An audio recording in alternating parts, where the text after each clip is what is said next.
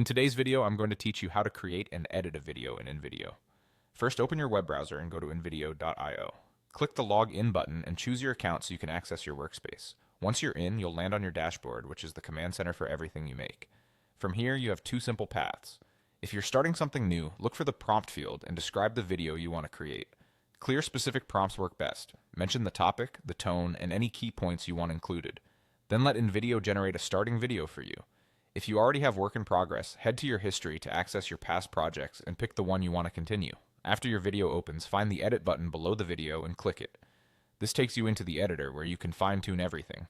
You'll see options for media, music, script, and settings. In media, swap or add visuals like clips and images to better match your message. In music, choose a track that supports the mood of your video. You can adjust volume so the music complements, not overpowers your narration. In script, refine the text that drives your scenes to make it concise and on-brand.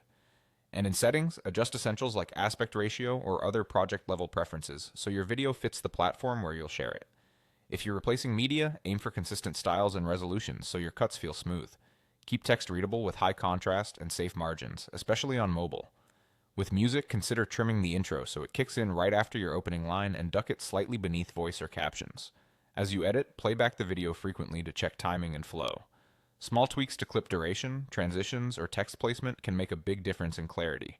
Keep your audience in mind. Make sure visuals illustrate what's being said, and that pacing gives viewers time to absorb the message. Before downloading, do a final full-length preview with sound on to catch any typos or abrupt audio changes. When you're happy with everything, it's time to download. Click to download your video so you have a local copy ready to share. Choose the quality that suits your needs, and give the process a moment to finish exporting. Once the file is on your device, you're all set.